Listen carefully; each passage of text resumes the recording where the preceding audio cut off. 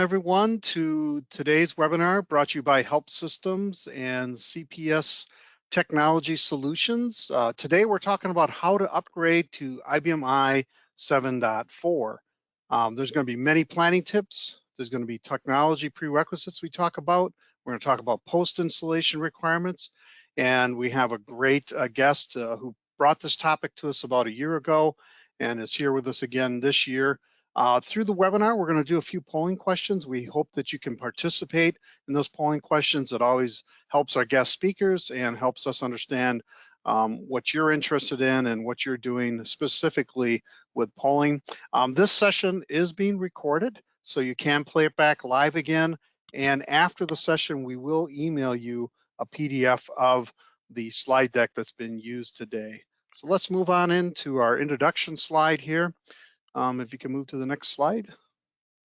Excellent. Tom Huntington here with Help Systems, Executive Vice President of Technical Solutions. I'm also an IBM Power Champion, have been that for 5 years, and also the one who puts out the IBM I Marketplace study on behalf of Help Systems. Look for that to come in the September month again. It'll be our 7th year. I know it's a lot of the same questions again, but we sure appreciate that. IBM appreciates that, and all of our business partners in the market around IBM I love to use that information for sharing their expertise around the platform. So our guest speaker today is Darren Anderson. Darren, how are you today, and what's your background? Yep, I'm doing great, thank you. My name is Darren Anderson. I'm the president of CPS Technology Solutions, and I'm one of the rare people that stayed with the company for 35 years. I've been here throughout my entire IBM I career. We're actually an IBM business partner, a Microsoft provider. We provide cloud hosting services, managed services, upgrade services, DR services, and everything IBM I, as well as Microsoft and Sophos products. So we're a technology partner and have been for the last 35 years. Love hunting and fishing when I'm not doing this stuff. So hopefully you get some good information out of this today. Thank you, Darren. Let's move on to our agenda slide and then, or actually our first polling question. So let me bring that up. And we want to know what your plans are for upgrading to 7.4. So I'm going to open up that polling question. With upgrade to IBM i 7.4, we have choice in the next 3 months, in the next 6 months, in the next year, in 2 years. I'm not sure. You're just along to kind of hear and see maybe the process. You know, it's kind of crept up on us, but we're now within a year of 7.2 even going away and not being supported. And gosh, I have a call later today with a customer who's still on 7.1 and looking for you know, answers on problems. But keeping current solves a lot of issues for you. I'll believe me on that. Let's see, other webinars coming up in the future here. We have some monitoring webinars coming up. We have a webinar coming up on cloud technology on IBM I here in September, or actually in August. In September, we're bringing a couple of topics. One on you've inherited IBM I, now what? What do you want to do with IBM I? And then we're also doing one on a webinar dedicated towards IASP technology and how that works. So some things coming up down the road. Probably enough on that. Looks like we have had 80% of you vote already, so that's fantastic. Let's see what our results are here from this webinar. It looks like only 5% in the next 3 months, 31% in 6, 32% in the next year, and 2 years, 9%, and several who are not sure, Darren, and maybe part of it is today we need to make them comfortable with that. So let's move on to our agenda slide here. And the agenda for today, we're just going to talk IBM I 7.4 general information, documents and planning, firmware and PTFs, the IBM PRUV, software ordering keys, upgrade preparation, upgrade steps, PTF install, post-upgrade verification. Darren has a lot to share with you today. You know, and also from our IBM I Marketplace study, one of the things that we use in there to help see what's going on with the network is to see what operating systems you are on. And over the years, we can see, since we started the study, the trend towards the newer operating system. Last year, over 50% of you or right around 50% of you had 7.3 and only 4% on 7.4. And I know, Darren, this year it's kind of nice to be back and having actually some experience with getting customers to 7.4. So we're looking forward to hearing about that. Let's turn it back over to you, Darren. All right, great, thank you. So a couple of interesting things here is that when we look at 2020, that 50% of you are still at 7.3 and there's 28% of you at V7R2. I want to just remind everybody that next April, V7R2 support is going away. And you're going to be forced to do something at that time if you want to continue to stay with V7R2. Either upgrade to a newer version, which would be 7.3, or in this case, we're discussing 7.4, or you can pay something called service extension to IBM and continue to run your V7R2. I don't encourage that, but for you people who are in the end of life on your systems and just don't want to upgrade, you could certainly pay IBM for additional support to carry that 7.2 into the next 2 or 3 years. I want to caution you that there is a charge for this service extension, and it's basically twice what you're currently paying for your software maintenance, or what they call SWAMA. So what we're going to talk about today is your need to do some upgrading and some moving. And certainly 7.3 is a viable release. 7.4 over the last year has come a long way. We're seeing very few problems with it now. And I think it's a good release to move forward to. So you people sitting at 7.1, 7.2, you're going to be forced to make a change very, very soon. Now, with all that being said, this procedures that I'm going to go through today will work for about 85 to 90% of the upgrades that you're going to be doing. There are situations where you have older hardware, say you have a Power 7 machine, and you want to order a newer machine, but this Power 7 isn't capable of running V7R4. You're going to have to do some interim steps in order to get this older hardware to work with this newer versions of the operating system.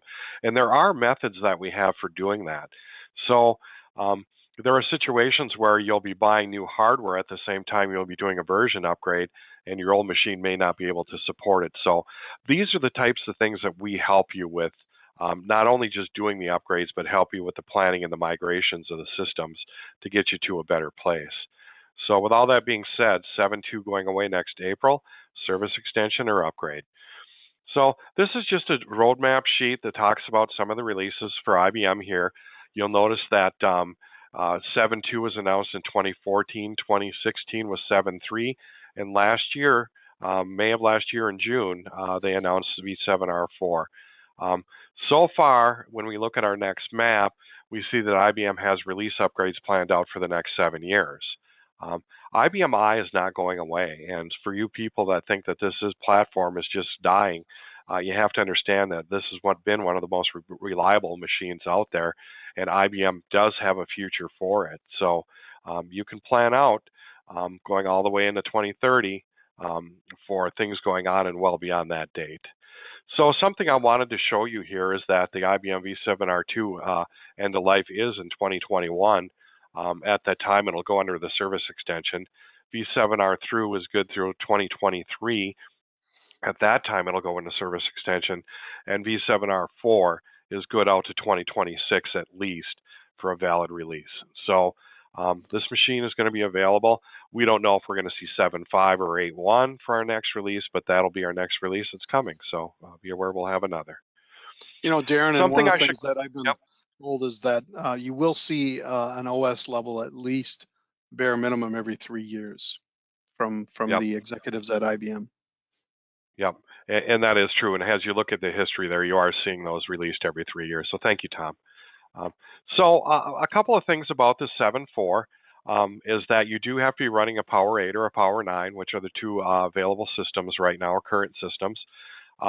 If you're running an old Power 7 or earlier, you will not be able to run V7R4. You'll have to plan for an upgrade. And again, these are things that we can help you with. One of the other changes that was made with really version V7R3 is the console software that you can use for these systems. I'm going to be talking about something called IIX Client Solutions in a couple of minutes. And the IIX Console Solutions is the new product that replaced the client access for Windows. And that is also a requirement for the console on these new systems with V7R4 and actually V7R3.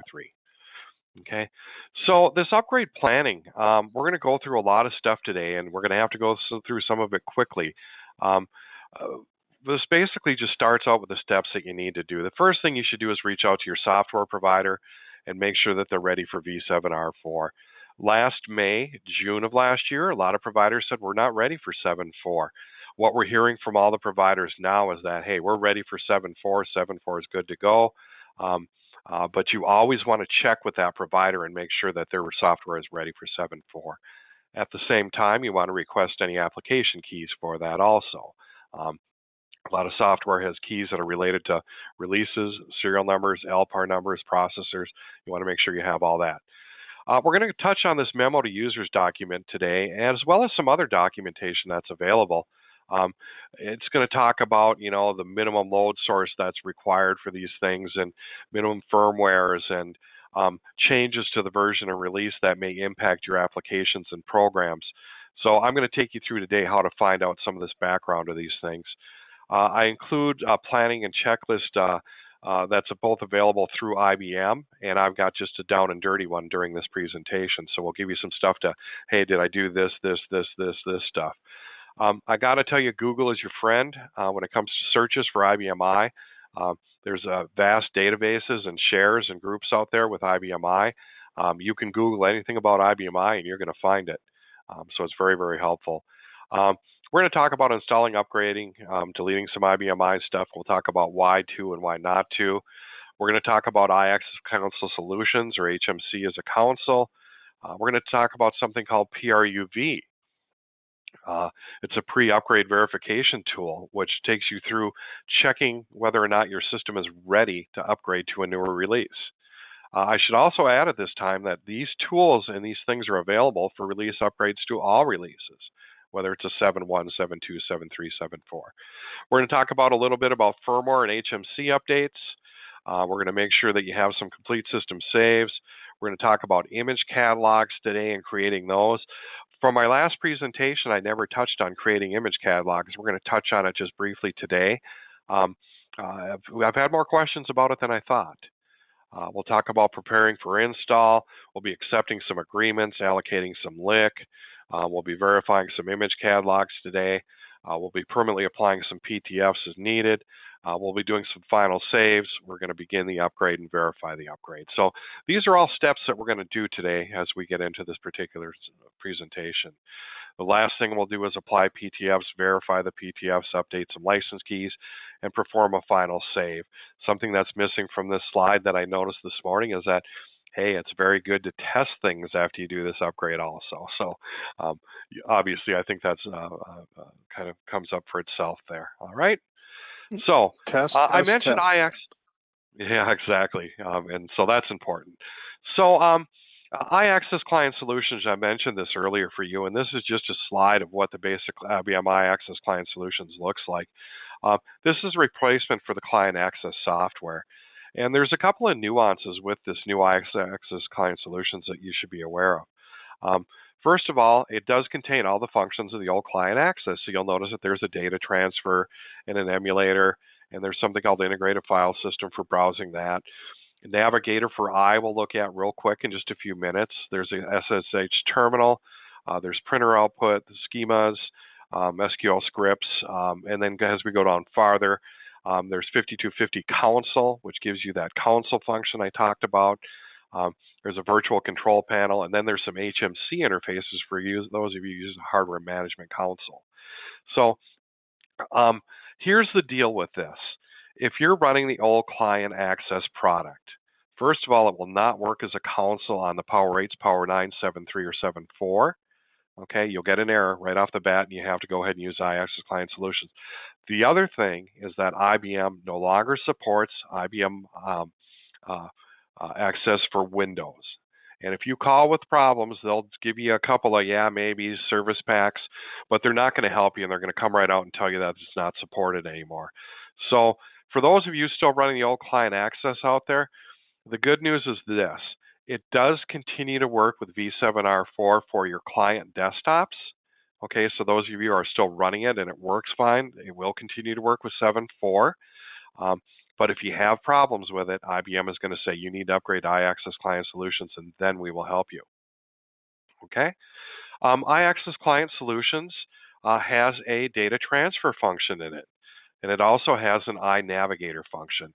For those of you who are used to something called Operations Navigator or iNavigator, this has been moved onto the system now. And so with the new IIX Client Solutions, you'll actually be accessing the Navigator through a web browser now, and not through the old traditional compass-looking thing that you clicked on before.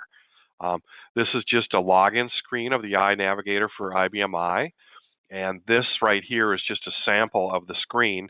And you'll notice on the left-hand side, you see your basic management, work management, configuration and service, network. All the options you used to see in the Ops Navigator is now in this Navigator for I. This is actually served by the HTTP admin function on the IBM I. So if you need this function, you have to make sure the HTTP admin functions are running. Okay, so Navigator's moved now. It's now on IBM I. It's been there for a while. Maybe nobody told you about it. Maybe you've used it. You can actually just access it via a web browser also without using the iAccess just through a URL. So you can do it that way too. All right, as I move along now, we're going to talk about documentation. Okay, so I apologize for having to move so quickly. We have a lot of content to cover today. So again, Google is your friend, and I can't tell you enough how important Google is in finding information here. You could Google IBM i7.4 documentation. You could Google Memo for users. You could Google the V7R4, and you'll eventually get to all of these particular screens. I'm going to do it. But what's important about this particular screen here is that we have a section that says Memo to Users. I didn't want to jump there yet. And then we also have some other things about installing, upgrading, deleting. We have some things about IP sources. We have things for fixes. We have things called wikis, which IBM has been kind of changing on us here recently. We've got some red books, but we've got all kinds of information in here. We're going to talk about Memo to Users first. And the Memo to Users contains information specific to the version that you're upgrading to. A Memo to Users for V7R4 or V7.4 would include all of the changes that are coming in 7.4. New commands, new functions, changes to commands, changes to command defaults, some prerequisite information, some things that have been discontinued, software products that are no longer available. All of that stuff is in the Memo to Users. What I encourage everyone to do is to make sure that they look at the Memo to Users for releases when they're upgrading them. If you're at version 7.2 and going to 7.4, you will have to make sure that you look at the Memo to Users from the 7.3 and the 7.4 because there were changes that occurred with version 7.3 that aren't documented in the 7.4 part of it. In other words, 2 jumps means 2 different changes that occurred with that. Later on, we're going to talk about technology refreshes, and that will be a little bit more apparent with that also. Okay, so Memo for Users, a very important document. Write that one down, Google it, find it, look it over. It has the changes. There's also this installing, deleting, and upgrading section in here. I pulled this up as an example because if you look down there, there's actually an option on here that says upgrading and replacing IBM I and related software. There's checklists for replacement readiness to make sure that you're good. There are FastPass for software. There's replacing licenses to a code, and there are step-by-step instructions for the things that I'm talking about today available within this documentation. You could just Google installing, upgrading IBM I, and you're going to get to this particular page. So again, Google being very, very helpful. This Memo to Users, this is an example of the V7R4 Memo to Users. Again, I could spend an hour on this alone, but what this contains basically is just information about what's going on. And in this Memo to Users, it talks about installing 7.4 over 7.2 in this middle section that says make sure you look at the 7.3 Memo to Users. Some discontinue, some PTF information, some incompatibility problems, maybe some SQL commands have changed. So all of that is in the Memo to Users. This is also a sample of Memo to Users. Talks about the minimum partition size for V7R4 and minimum load source. It talks about 7.4 not being supported on Power 7s or these blade centers or these particular models. There's a plan for Operations Council down there, although it's cut off at the bottom, talks about the IIX Client Solutions, and that needing to be changed. There's all kinds of stuff in these memo to users. Okay, I tell everybody when they're doing the upgrade, make sure to check these out. Some of them get very technical. Some of you will just reach out to your vendor. Maybe you've got a JD Edwards or a VAI or something that you just reach out and they say, oh yeah, we're good to go. And then maybe you don't have to look at this, but for you people with your custom homegrown apps, certainly want to take a look at this. Okay, so we did some planning there. We kind of looked at things. I showed you how to tell what's good, what's bad, how to tell what's changed with the release. There are some prerequisites that are required in order to be able to upgrade these boxes. First of all, HMC, if you're running one of those, most of you are familiar that there are different versions of the HMC. And for those of you who have not heard the term firmware, firmware actually sits underneath the covers of the box and is actually used to integrate hardware and software. And so you have to make sure that both of these that are a high enough level to support your hardware and your operating system. This particular example shows the master document for server firmware and HMC code hardware. What this is again, you could Google it, comes up with the different power systems that are available. And based upon the machine that you click on, and you'll notice there is Power 8 and Power 9 there, it will ask you, well, what version of HMC are you running? It will ask you what version of firmware you're running and tell you whether or not it's compatible with what you're going to do. If not, it will tell you what the fixes required are and what the upgrade path is in order to get this going. Now, people ask me, hey, how do I do this? Do I upgrade firmware first? Do I upgrade HMC first? And the recommendation that we make is that you upgrade the HMC first and follow that by the hardware. And the reason is that sometimes if you upgrade the firmware, it will upgrade it to such a high version that the HMC will no longer be able to talk to it. And so what we tell people is that if you're going to be upgrading firmware and upgrading HMC, to make sure you upgrade your HMC first. Okay, so this is just a document that if you're running an HMC, that you're familiar with this. It also will tell you the minimum firmware level required to run a particular version or OS. Okay, so this is actually one of the next pages from the document, and on the very bottom you'll notice that V7R4 is supported on SF810.054 and VL 910.074 is cut off there. Those are Power 8s and Power 9s, and so these are the minimum firmware levels to support version 7.4. Now, you'll also notice that those same minimum support levels are for 7.3. This is a very, very, very old firmware level, and your chances of being any older than this are pretty slim, but nevertheless. Now, why do I upgrade firmware? Why is firmware important? Firmware provides function for a lot of things. It provides function for newer hardware. It actually includes performance increases sometimes by adding firmware. Firmware will actually give you better security. There was actually a vulnerability in something called ASMI that was patched with a firmware patch. So it's recommended that as you're maintaining your systems and going along the path of upgrading, that you upgrade your firmware, your PTFs, and your operating systems regularly. And you don't just sit there and be complacent. Back in the old days when these things came out, a lot of you just said, hey, you know what, if it ain't broke, don't fix it. And you just ran with it. Nowadays, if you have problems and you call IBM, the first thing they're going to tell you is you need to update this before they provide some assistance. So this is the minimum firmware levels. This next screen is a command called display firmware status. It actually has the levels of firmware that are available on this machine. You'll notice that this is an SV860-165. This is definitely a higher enough level of firmware to go ahead and run V7R4. Now, there's something called an update access key date that I want to talk about today. This update access key date is a key that IBM has added to Power 8s and Power 9s that allows you to upgrade firmware based upon IBM maintenance contract. Okay.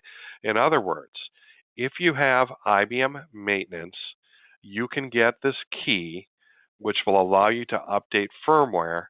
If you don't have IBM maintenance, you will not be able to update this access key, and you will not be able to update firmware past the date of the expired key. So let me explain this a little bit further for you. When you buy a new Power 8 or Power 9 system, they typically come with 3-year maintenance SWAMA plans. It's just better to buy 3-year right out of the chute. So what IBM does is they give you 3 years of this key. And after 3 years, you're supposed to update your maintenance and your SWAMA and things and buy new years. IBM will then issue a new key for this based upon that. So in other words, if you don't have IBM hardware maintenance, you will not be able to update firmware beyond this expiration date. So I could update firmware up to 2.18.19, but anything released after it would not allow me to do it. So again, I keep all of my systems current with the IBM firmware. Now, this update access key comes from the IBM ES site, and we're going to look at that a little bit later in the presentation. You can actually go to the ES site, put in the serial number of your machine, and it will tell you whether or not there's hardware maintenance on the box. And if there is, it will let you manually update the key. IBM recently added, via a technology refresh, the ability to use your green screen to automatically go out to IBM and look and see if there's a key available for it right from the green screen. And that comes from something called Service Agent. And so the Service Agent will actually look for this update access key. The important takeaway from this is that if this key is expired, you will not be able to update the firmware beyond the date of the key expiration date. I can't go too much more on that. So this is good as far as firmware goes. The MH01767 happens to be the IBM IPTF number for this particular firmware. Firmware can be installed 3 different ways. It can be installed via HMC, it can be installed via USB, or it can be installed via IBM PTF. And in this case, it was MH01767. Okay, we're going to talk about IBM ES Site now. And so far we've done some background checking, we've checked some firmware, we've checked some HMC, we found a website that we can do all this stuff.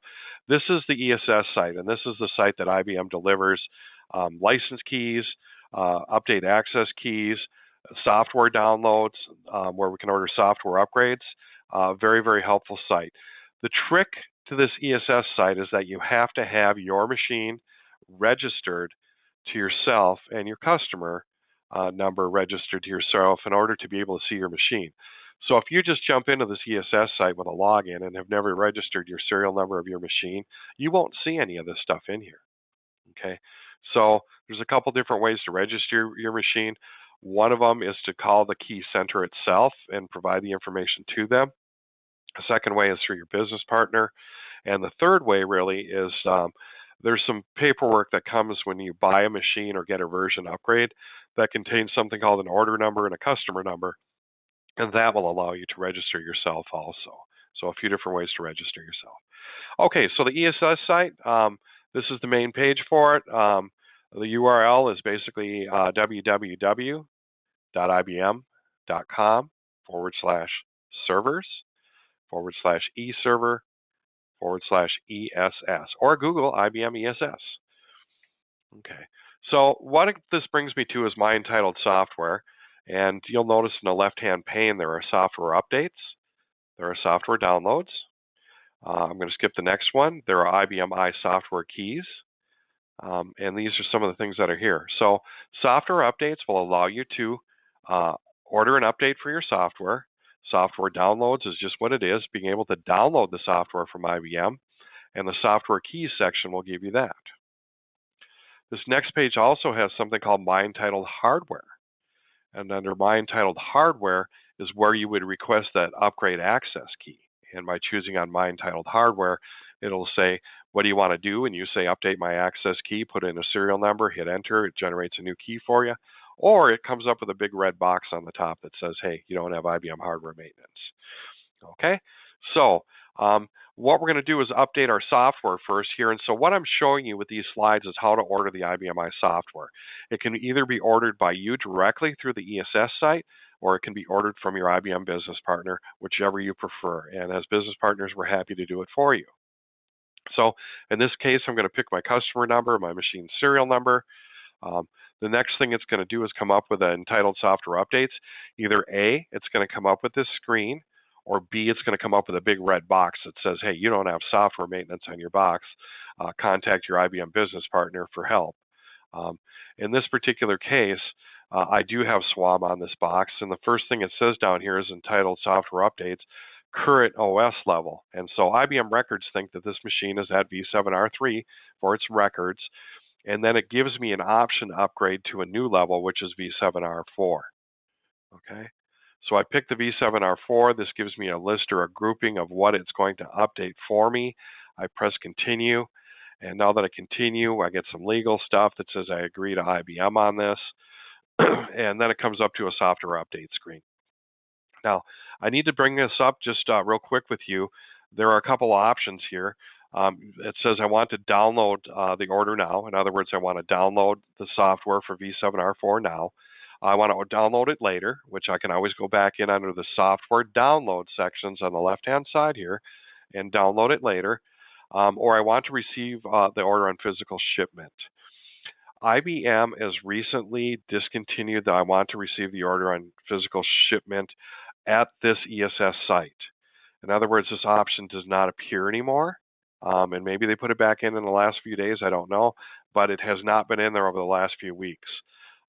If you want to get physical media, I recommend that you reach out to your IBM business partner, and we can still order media for you. There is a $350 media charge in order to get that media from IBM, but that'll get you the operating system CDs. The other option is to download them here. Okay? So what I did now is I went ahead and downloaded it. Once I did that, I said I wanted to upgrade to 7.4. It actually automatically generated the keys for me. And so if I go into the IBM I software keys section, which you see on the left-hand pane, and choose 7.4, IBM has actually now given me V7R4 license keys. So I was supposed to contact my vendor at the very beginning of this to get my keys for my application programs. I now have my IBM software keys for V7R4 as well as ordered V7R4. Okay, everybody still with me out there? All right, good. Okay, so this is just a sample of a license key sheet here. No big deal. As I move on now, then my next step now in my preparation for the thing is I've figured out my prerequisites. I've looked at my memo to users. I've done all that stuff. I've ordered my operating system. I'm now going to order my PTFs. And this comes from a site called Fix Central. And so this is an IBM PTF order. Again, you can Google Fix Central. It'll bring you to this location. I'm going to pick IBM I operating system. I'm going to pick the IBM I. I just want to let you know that Fix Central is your download location for fixes for everything. If I need to upgrade my HMC, there is an option under product group for hardware management consoles. If I need to upgrade my firmware, there's an option under the product group for power systems. And so all of my downloads for my different things that I'll need will come from Fix Central when it comes to firmware, HMC, and fixes. So I'm going to go ahead and log into the IBM ESS site. And after I log in, the first thing it's going to ask me is, what machine type and serial number am I ordering these PTFs against? IBM is actually checking that I have software maintenance with this particular step. And so I have to put a machine in here that has IBM SWAMA on it. If it does not have SWAMA, I'll get a big red box that says this machine's not under support. Contact your IBM business partner. So in this case, I put a machine in here that was under support, and now I go ahead and identify my fixes. At this point, I'm going to choose V7R4 as my fixes. And on this next page, it gives me an option to pick the fixes that I want. Now, this is an older screenshot from last year, but the first thing it has is a cumulative PTF package, C9-151-740. This is actually a Julian date. This particular package was 9-151, which means 2019 151st day, and it's 7.4. Now, so this is the cumulative PTF package that you're going to need. The most recent one is a C0120 something. It came out in April of this year. And so that's the most recent one. Now, below now is all PTF groups except cumulative and MQ. By selecting this option, this will order all of the PTF groups that are available: printing, security, technology refreshes, hypers, databases, HA, printing, everything. And then when you go to apply these PTFs, it will only apply the PTFs that are needed on the system. So by choosing these two boxes, you get the most current workgroup PTFs, you get the hyper, the database, and the QUMs. This is everything you need for PTFs. Okay. The other option is to go through and pick them individually. This is the simple way. All right. It says basically, how do I want to get them? I can download the fixes to my system. I can individual the PC. I can use FTP, or I can order the fixes on media. I actually order these on media because I do some distribution for my customers when I do upgrades.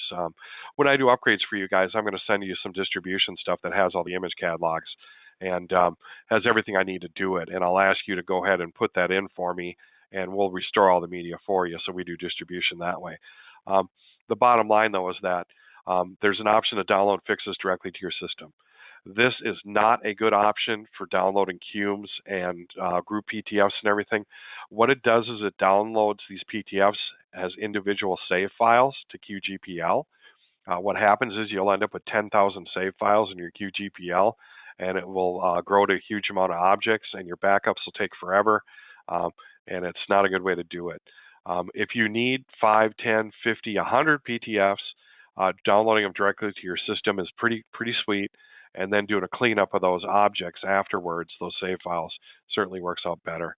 I can download the fixes to my PC using System Director. I can download the virtual images using Download Director. The bottom line is I have two options: either get the media or download them in the bin files, and then copy those bin files into the image catalog. And we're going to look at that in just a little bit. Okay, so this is ordering the PTFs. So I ordered the PTFs now. I've got my operating system. I've got my PTFs. I've got my prerequisites. I've got all this. I want to talk about technology refreshes very quickly. Technology refreshes, in the old days, you had 5.1, 5.2, 5.3, 5.4. You had these releases. IBM has chosen, starting with version 7.1, to provide updates and things called technology refreshes. Technology refreshes basically give you mini version upgrades along the way to give you enhancements, provide support for newer hardware, provide performance updates, increase capabilities of the operating systems to do more things, maybe more columns in a field, things like that. Technology refreshes actually add functionality to a release. When IBM came out with V7R4, people at V7R3 said, God, I'm at V7R3, and I'd really like to have that V7R4 stuff. And what IBM did is they announced a technology refresh that brought some of the 7.4 stuff back into 7.3 so that some of those 7.3 users could do it. So I want you to be aware of technology refreshes. Part of the reason for keeping your PTFs current is because those PTFs do contain technology refreshes, which give you more security fixes, more capabilities, new function enablements, in some cases performance increases. So you definitely want to do that. Now, technology refreshes I brought up for this reason. V7R1 has like 11 of them. And V7R2, I think, had 9 of them. And V7R3, I think, is at 6 or 7 now. And V7R2 is actually on its 3rd technology refresh. So if you installed V7R4 already and you installed it back in June of last year, there's been 2 enhancements to that for more capabilities and better performance since you installed it. So we always encourage that you install the latest technology refresh. This next screen here talks about technology refreshes. You can actually follow this link, and it will tell you what things have improved or changed with this technology refresh. And if there are 5 technology refreshes, you'll have to go back and review 1, 2, 3, 4, and 5 to see all the different changes that have occurred throughout the different technology refreshes. In this case, this is 7.4, and you'll notice that we had the original release in June of 2019, our first technology refresh in 11/15 of 2019, and our most recent technology refresh at 7/17/2020. Okay, So technology refreshes are important that you keep up. PTFs are important that you keep up. There are vulnerabilities for Java and things like that that get patched. You want to stay current. All right. So we're getting farther into the upgrade now. We got PTFs ordered. We got firmware. We got all this stuff going. This is one of the most important tools that we have available. This is called IBM PRUV. It's a pre-upgrade verification tool. This is the URL for it. You can Google PRUV. And what this does is goes out and looks at your system and tells you whether or not there are problems with upgrading to V7, 4, or 3, or 2, depending on your version, and what you need to do to correct it. Okay, so this particular screen is a pre-upgrade verification tool website, and this is where I download it. You'll notice that there is an HTTP server or an HTTP address down here. It says extract the PRUV, and double-click on Run PRUV bat. This pre-upgrade verification tool is available to anyone. You just have to log in, answer a couple of questions, and you can download it. So this is the PRUV welcome screen, and the first thing that it has is just an upgrade verification tool thing. I want to just mention the version right now. Version PRUV 7.4 is the important part here. .0. 2019-0625. This particular version of PRUV is the older one. This is the one that came out in 2019, 625.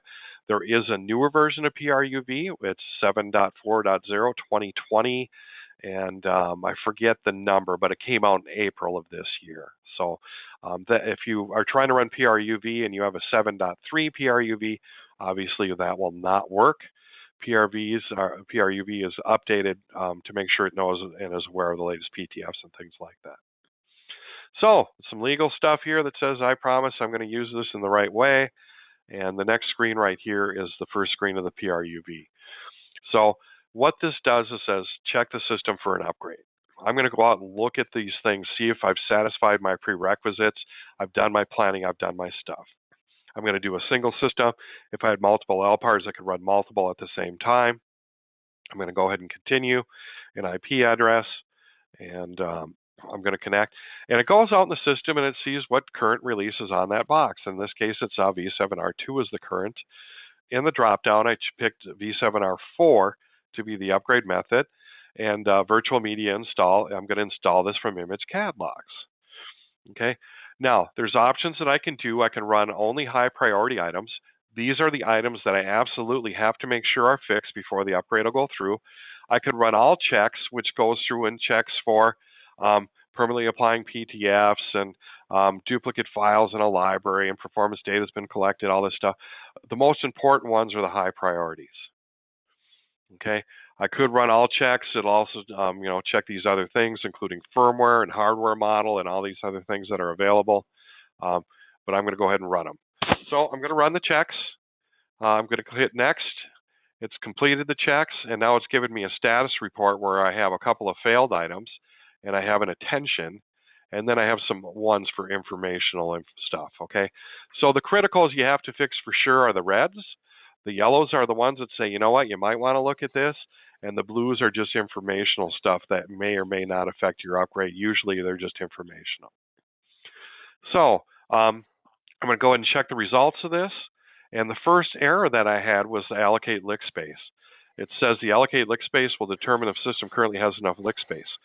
When you do these version upgrades and you install this new licensed internal code, which we call lick, sometimes it's bigger than the older version. And so we have to do what's called allocate lick space, which gives us more space for that. Okay. So in this case, what it's telling me is that an IPL is required in order to allocate the additional lick space. So going along with that now, I have to perform an IPL in order to get the lick space. So I'm going to continue. This other one is a firmware level. And the firmware level check here tells me that the access key is expired. I can't upgrade the firmware. It says order a new key and upgrade the firmware. If the firmware was not at a high enough level, it would tell me it's not at a high enough level. In this case, it's only telling me that the key is expired. This will not stop my upgrade from occurring, by the way. I am at a high enough firmware level, but this is what PRUV will do. It'll also tell me some other things down here, and if they're not, it'll tell me how to fix them. I've got to keep moving along here. Yep, go little ahead. break in the action here, just to give you a break in your voice and also remind people this is a full action pack hour. And matter of fact, I think we're going to go over the top of the hour. I apologize for that. We just have a lot of content on this particular topic. There's a lot of steps to it. Just to remind you, we do have the annual IBM Marketplace survey available for download. We will be sending out the survey in September. Look for your input in on that. It always makes the survey better the more people we have that fill it out. The IBMI State of the Security Study is available, and we also do the free security scans every day for customers. Security is the top thing on people's mind.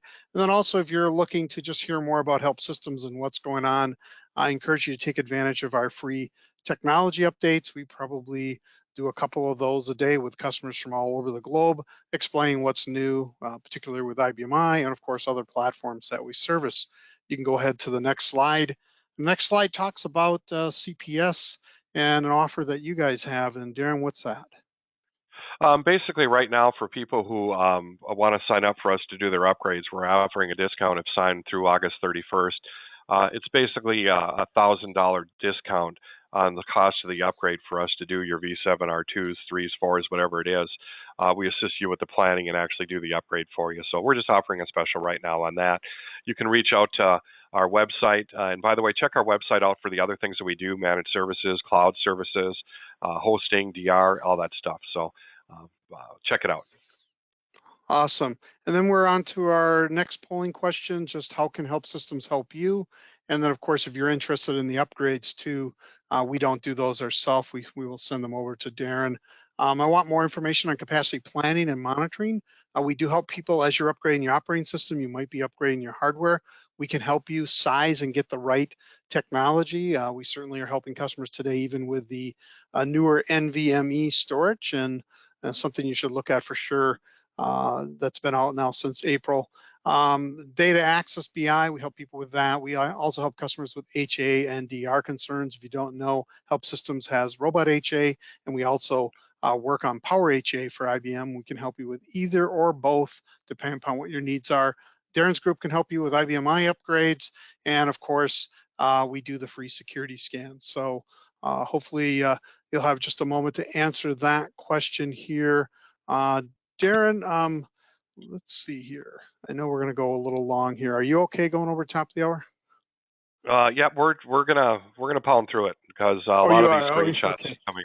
Yeah, Okay. we'll be Great. fine. I'll We'll be thank you. fine. I'm gonna cut this poll short then, and I thank you for answering that poll. And we'll get right on to the topic. And obviously, you saw the questions. If you're interested in any of those, you can always just send me a chat. Thank you for answering that. I do appreciate it. Darren, back over to you. All right, thank you.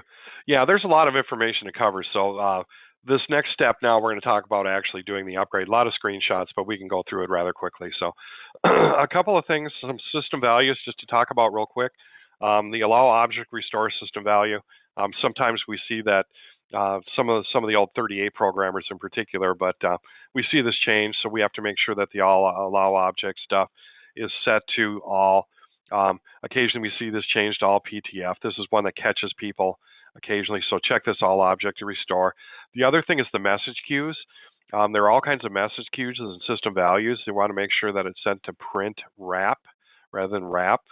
This generates some large logs as it goes through, and if the logs overflow, the jobs will end and cancel because the history log is overfilled. So you want to make sure that your message queues are big enough and that your message queues are set to print wrap in order to get through this. Okay, so image catalogs. I included this. It's a little bit more. We're going to go through it quickly. People are like, well, how do you create image catalogs? So these are the image catalogs that we have available on this particular system, and you'll notice there are V7, R4, OS, and PTFs. That's just our naming convention. You can call them anything you want. But what we basically do is we do all of our installations through image catalogs. In other words, we copy all the images out to the system itself. And so for creating an image catalog, it's really quite simple. What you're going to do is you're just going to do the create image catalog command. You're going to give it a name. You're going to give it a directory in the integrated file system that you're going to put it into, and you're just going to press enter, and that's going to create the image catalog.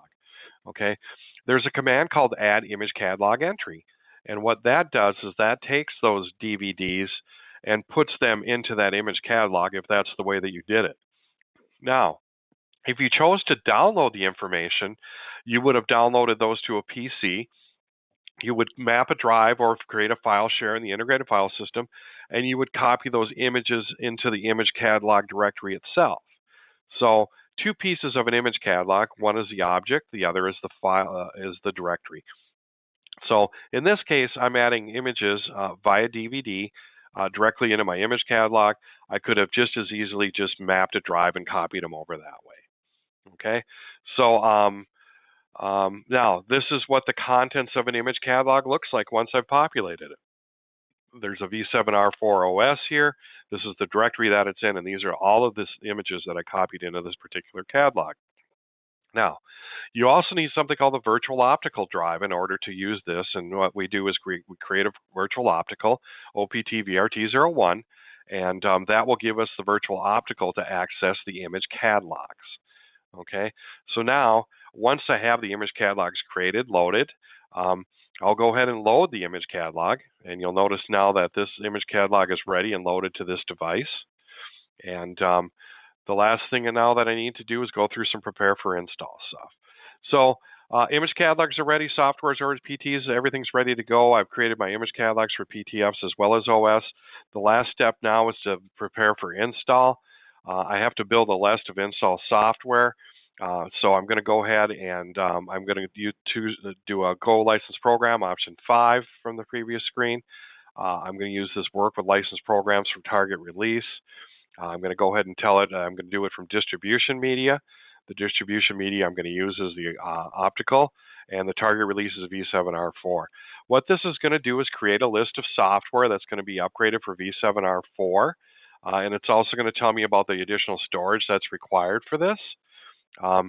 After I do the additional storage, I press enter, and it'll create a list for me of the things I'm going to upgrade.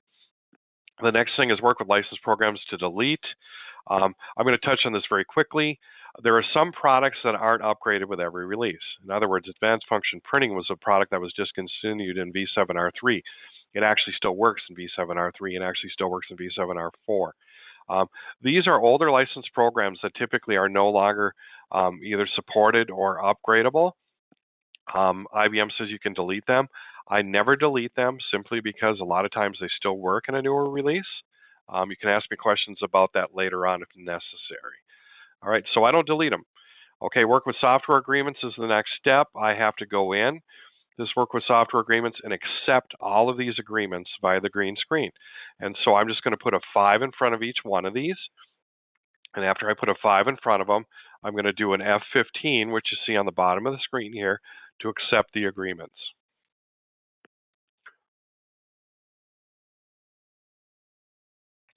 I'm going to confirm the acceptance of the agreement, and after that, it's done. The next thing I'm going to do in this prepare for install is I'm going to verify system objects. I do this because there are sometimes problems with something called database reference, and when you're doing the installation of the operating system, sometimes something called extended base support fails to install. And the reason is because there was a database reference error. So what we do here is we just verify those objects, make sure they're all good. If they're not, I usually have to run a reclaim storage. The next thing is allocate lick space. Again, this is a step that I have to do. And when I allocate lick space, what I'm going to do is I'm going to tell it the version that I'm going to update it for, and that I want to do it basically immediately. What it's going to do is a background task in order to increase the size or the space that lick is able to use. And when it's all done, it basically says that it will activate it at the next IPL. So I'm going to need IPL in order to allocate that lick space. Okay, once I allocate the lick space, I can do what's called verification of the OS and the PTFs. That makes sure that the image catalogs are intact and I've done all my planning. If I've done all my planning right, I will get an image catalog verified, and it's all good. So at this point, I've got my image catalogs, I've created it. I'm pretty much ready for the upgrade now. Okay. Now, I would run PRUV one more time, make sure it comes up clean. In this case, it definitely will, and I can tell that it will simply because that we have this right here. Okay. So the next step basically is to verify the PTF catalog, and then we can start the upgrade. So starting the v7r4 upgrade, we're going to pound through very, very fast. That's all I'm going to do is do a power down sys. And by the way, I'm going to probably do a backup before this, okay, just as a final backup. I'm going to do a power down sys with a restart yes. I'm going to say boot off the image catalog, and the image catalog I want to boot off of V7R4 OS. Okay, so once I do that, the machine, and this is just an HMC view of this, is going to come up with some status codes, and they're going to continue to increment. This is the license internal code being installed during this step. If you don't have an HMC, your control panel itself will have these numbers incrementing. Once it's done with that, you'll get to this in the OS install in progress, and you'll see this particular screen with all the steps of the OS being installed. When the OS is finished installed, it will show license programs installing. And once all the license programs are installed, we'll log back in and we'll do a Go License Program to verify the installation. We'll take an option 50 to display the log.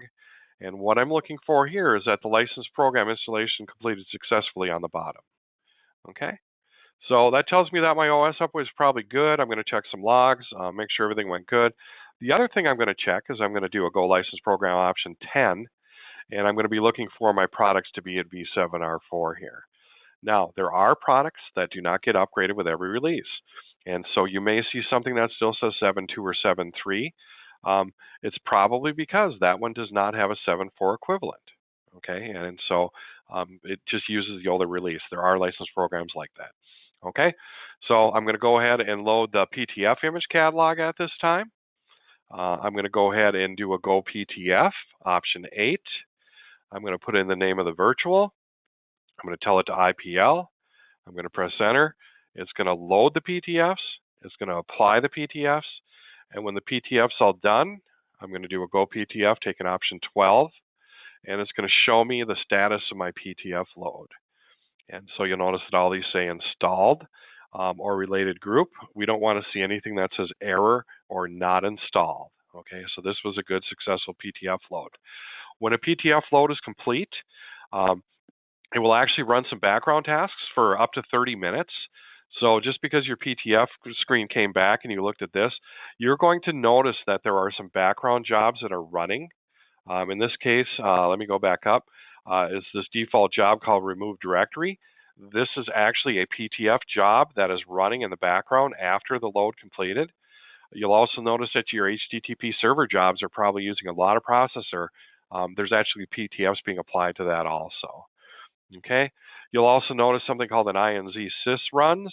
An INZ sys runs to update Q user sys as a library. This all happens on its own. You do want to make sure that the Q INZ sys has run during the upgrade process. We've ordered it. We've ordered our PTFs. We've done our PRUV. We've done really everything that we need to do to order, pre-order. We've talked to our vendors. We've got our keys. We've done our upgrade. Guess what? We're done, and we've done our upgrade. So some considerations to think of basically is some non-supported license programs like AFP. You know, some people were using AFP and IBM took it away in 7.3, and it still worked in 7.3, and it does still mostly work in 7.4. But you have to look at those memo to users and look at discontinued license programs and find out if some of those are going to impact you. So memo to users and looking at the information provided by IBM is great. The console type in the IIX Client Solutions is also important. Making sure that your applications are supported with the versions. There are some changes like SSL and TLS that the memo users talks about. These are more in encryption and higher level things. Memo to users for those skip versions, all the prerequisites or HMCs and stuff like that, all your software keys. Now, most common problems that we see. Believe it or not, Java 8 is the only supported Java version in 7.4, and we still people seeing them running on older Java versions, and all of a sudden they go, oh my God, my programs aren't running anymore that were Java-based. There is a command that you can run to look at what Java your applications are running. It's work JVM job that'll tell you that. We do run in occasionally with the TLS, the SSL, and the SMB3s. With people wanting to either implement those or wanting to go back to an older version. In some cases, that is available. We have also seen command defaults change with IBM. Somebody had a program that called an IBM command, and all of a sudden the program blew up. A lot of times it's an authority issue with that command and not necessarily the command itself. So command defaults, if you're calling IBM commands, you want to take a look at that. Like I say, a lot of times it's authority. Exit programs. Guys, for some reason, the HTTP server exit program jobs during upgrades sometimes blow up, and we have to go back in and rerun the installation programs for the HTTP servers. So we see that. We also see the failure to contact all IBM software vendors. They just forget to contact or reach out to a certain person. The last thing is the file transfers with ACS and client access for Windows. Guys, I didn't bring this up earlier, but I just want to caution you that as you move to IIX Client Solutions, if you have stored file transfers, those stored file transfers do not convert directly over into IIX Client Solutions. There is a so-called migration tool, but the migration tool does not create the FDFX files that are necessary to work in those transfers. Here's my basic warning. If you're having problems getting your file transfers to work, you almost have to rewrite them and resave them as FDFX. So if you're having problems with file transfer with old client access to new ACS, it's a known problem, and be aware of that.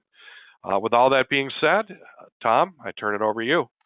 Thank you, Darren, and maybe hop ahead to the next slide. A couple things you just talked about, AFP, we can replace that. We do have a product called iForms, which would take over the forms overlay that you've been using AFP for in the past. And then also file transfer, we do Go Anywhere, which is a managed file transfer product that works on IBM I on Windows, Unix, and Linux. Other than that, that's all of our products, and certainly you guys know us. You've joined us on the webinar. If you slide ahead to the next slide, and then we'll get to some Q&A. I know we're at the top of the hour, but we have some great questions. I think I know we have a lot of customers still with us, so let's hit some questions here that we had. Do you mind handling some of these, Darren? No, absolutely, happy to. Yeah, I'm not sure if you can see them all, but my first one's HMC is on version 9.1, Service Pack 921. Can I upgrade Power 9 LPARs from 7.2 to 7.4 while staying on HMC 9.1 version? Or is it necessary, first of all, to upgrade HMC to 9.2, which I believe will be released later this year? No, 9.1 works just fine, and 9.1.1, 2, 3, and now 4 was released most recently. Yeah, so nope, you're good at 9.1. Okay, Mark, you're good on that one. What about the BIOS updates? Do I need to worry about that? I need a little more information with that one. Okay, we'll email you, Tim. Yeah, definitely, because and my email address is actually up too, Tom. So if anybody wants to email me questions, they can certainly do that too. Awesome. I've done a technology refresh with PTF updates. When I'm doing that, is that also updating my firmware? No, it is not. So that's a No, separate firmware is a separate function. Yep. Just to elaborate on that, in the old days, firmware was included in your PTF groups. So when you applied PTFs, you gave firmware at the same time, but they discontinued that after Power 5. Okay. Here's you got to really listen on this one. Is C0121740 not a CUME? Does that make sense? Say that number again. C0121740. So it's the 7.4 CUME. Yeah, that's a 7.4 CUME, yes. Yes, that is a CUME, but it does not contain all of the work groups. So when you order a CUME, you only get what's called cumulative PTFs. There are also workgroup, hyper, and database that need to be installed at the same time, which also contains fixes for everything else. Yeah. Nigel has a question. If you apply latest TR, does that include all your previous updates? Yes. Okay. I have heard that you should not jump more than 2 TRs. Is that true? Why is this? In the older releases, in particular, especially V7R1, there were situations where you couldn't even jump more than 2. IBM's general rule is plus or minus 2 has a TR. We have done it and not had issues, but as a best practices, I have heard people say it. We have never run into, let me change that. In V7R1, we had issues trying to jump more than 2. In particular, TR 7 and 8, and trying to go to a higher because of prerequisite PTFs. But we have actually jumped more than 2 TRs. I've heard 2 as the best practices. I would not disagree with it, but we have done it. Okay. When is IBM dropping support for V7R2? That will be April 30th of 2021. And at that time, it goes under service extension, at which case you can continue to run it and get support, but it's basically a Mhm. double SWAMA charge. So it's about $5,400 on a P10 box a And year. then they're also, aren't they dropping so you can no longer even get extended support on 7.1? When's that date? Do you know? I That is forgot. on that same date. Yep, It is. So yep, 7.1, you won't be yep. able to even extend it to. Nope, We nope, that's the end of life for 7.1. we are currently on 7.2 with a security level 20. Do we need to change to security level 40 before upgrading? The answer is no, but if you're still running 20, you should go to 40 anyway. Yeah, Um, exactly.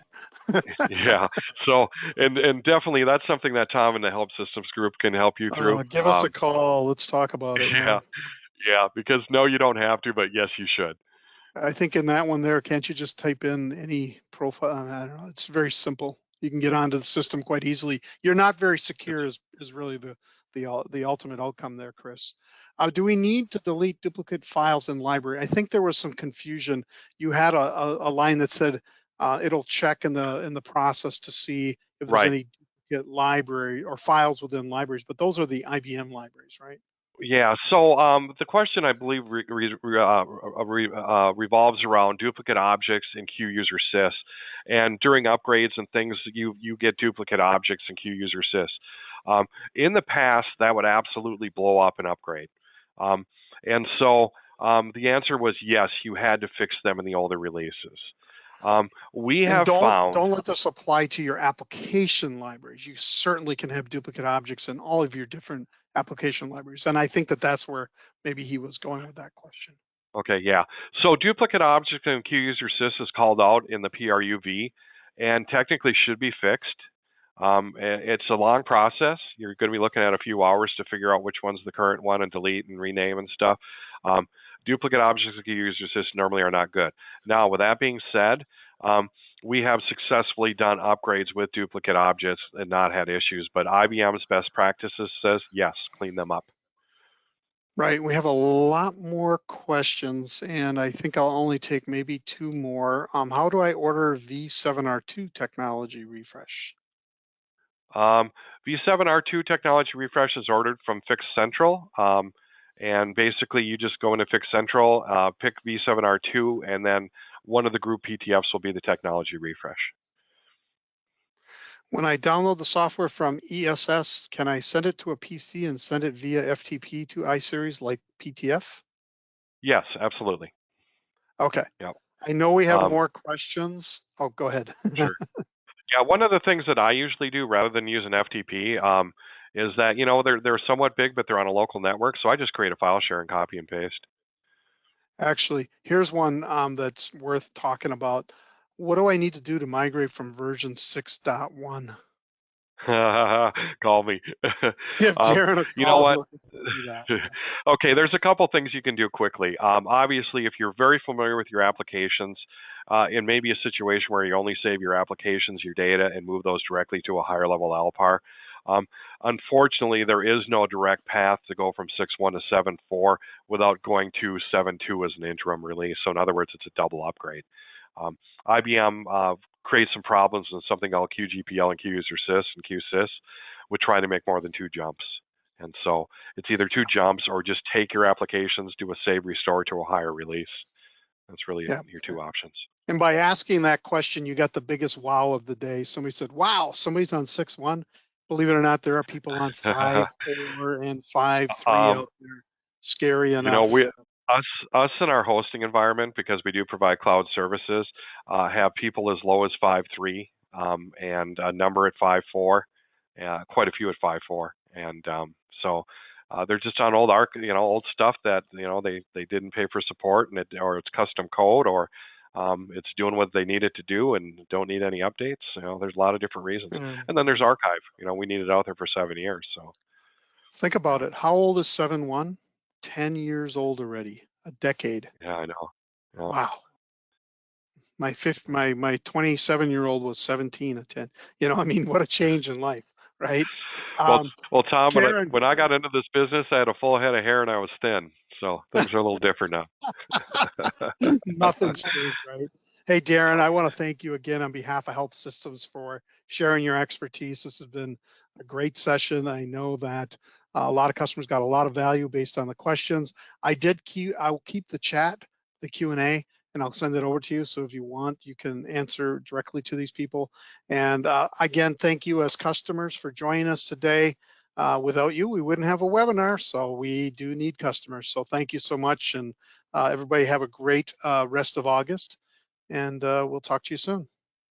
Likewise, thank you all very much.